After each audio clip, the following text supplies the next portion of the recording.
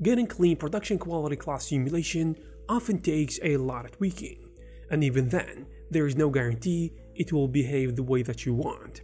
So if you've ever tried simulating cloth in Blender, you've probably run into the usual problems: cloth intersecting with itself, unstable collisions, or simulations that completely fall apart when pushed too far. But the good news, there is a nice tool that I've got for you to use for free. Well, today we're gonna take a look at the new Blender tool called Zozo Contact Solver. So instead of relying on Blender's built-in cloth engine, this tool connects Blender to an external physics solver capable of handling cloth, rigid bodies, ropes, and even sand, in addition to other things, with incredibly stable results. So let's dive in and take a closer look.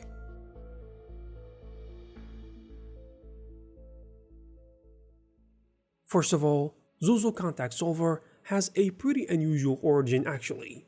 I mean, compared to other add-ons and Blender tools, because it didn't come from a game dev or VFX studio, or even a software development company. Instead, it was developed inside Zozo Inc., which is one of Japan's biggest online fashion companies. You see, while most people know them for selling clothes, the company has spent years investing in computer vision, body scanning, digital fashion, and cloth simulation, to improve visual cloth design, in addition to fitting and other things. As their engineers worked on simulating garments more accurately, they realized something, which is that existing physics solvers often struggled with one of the biggest problems in simulation, which is objects intersecting, snagging, or stretching unrealistically. And this pushed their simulation engineer called Ryoshi Ando to start developing a brand new cloth solver focused on robust, also penetration-free physics. You see, what began as an internal research project eventually evolved into a full physics engine used inside the company. And after several years of research and development, they decided to open source the project, making it available for researchers, technical artists, and most importantly, to Blender users. As I said, rather than trying to replace Blender's built-in physics, the Contact Solver focuses on high-quality simulations using GPU acceleration and the finite element method. So it supports cloth, soft bodies, rigid bodies, rods, shells, and even experimental sand simulation, while keeping contact stable without objects clipping through each other. And today it is actually becoming known as one of the most ambitious open source physics projects in the Blender community. So let's see why. So let's install the add-on and see what it can do up close. Installing the add-on is actually quite simple. From the description, you will find a link that will take you to their GitHub page. You simply click on the releases and download both Zozo Contact Solver and the corresponding Blender add-on version. Now let's jump into Blender. The add-on zip file is simply drag and drop into Blender. Here in the M panel, you need to select the solver path, which you just downloaded, give the project a name, and hit connect. Now you're ready to go. Let's set up our scene before uploading it to the solver. Here in the Scene Configuration tab, you have a bunch of cloth settings that allows you to set the general cloth behavior. Just beneath that, you've got so many tools and features to help you set the cloth in motion, but we'll be back for these later. Moving on, you've got the Dynamics Groups panel. Here, you can add all different types of objects to the simulation and tweak its parameters. There are actually 6 different types, each with its own properties. There is Solid, which is just a solid object that can act as a collider.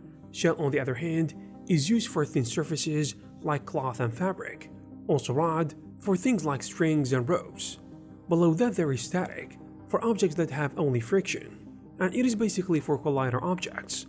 Next there is PDRD, which stands for Painless Differential Rotation Dynamics.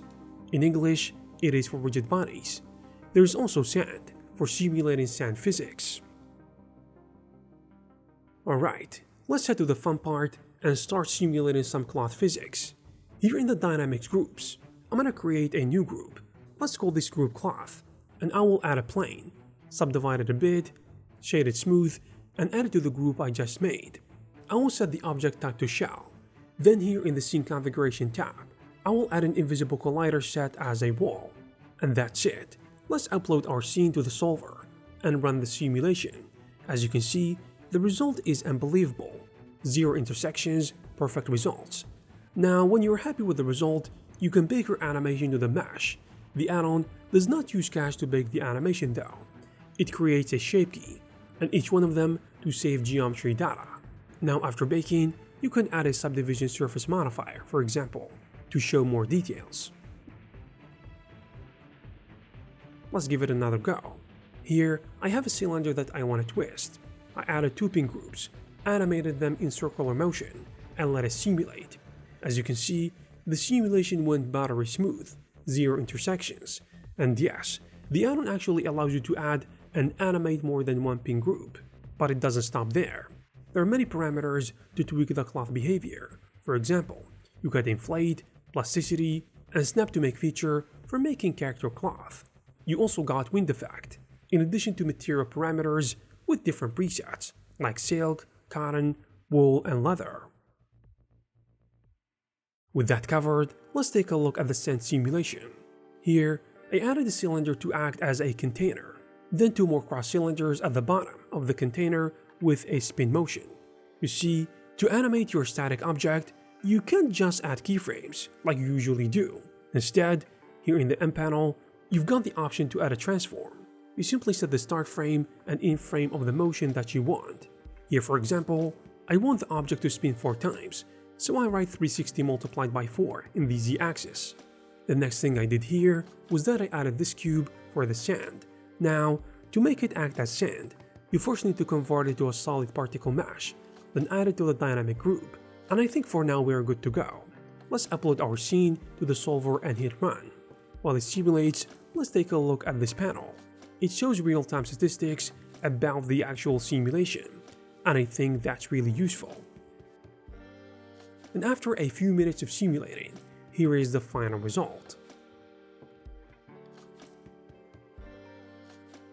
Now let's move on to round objects. Basically, you can make any Bezier curve in your scene into a string simulation. Now of course, you can always add geometry to your curves, even after simulation, which is really great. Overall, I am genuinely impressed by what Zozo Contact Solver can do. The setup is surprisingly straightforward, and the fact that it can handle everything from cloth to ropes to rigid bodies and even sand makes it an incredibly versatile tool. Although one thing I don't really like about the add-on is that it doesn't work in real time. Unlike the new Blender 5.2 Geometry Node-based cloth simulation system, which is fully interactive in the viewport, but the final output and the quality of the solver is way better. Now of course, this was only a quick look at what the add-on can do. There are plenty of other advanced features and workflows that I didn't have time to cover. And there you have it guys. If you are interested in this tool, you will find all the necessary links in the description. Also, if you like this video, please give it a thumbs up and subscribe to the channel to receive more videos like this. Thank you very much for watching, and I will see you in the next one.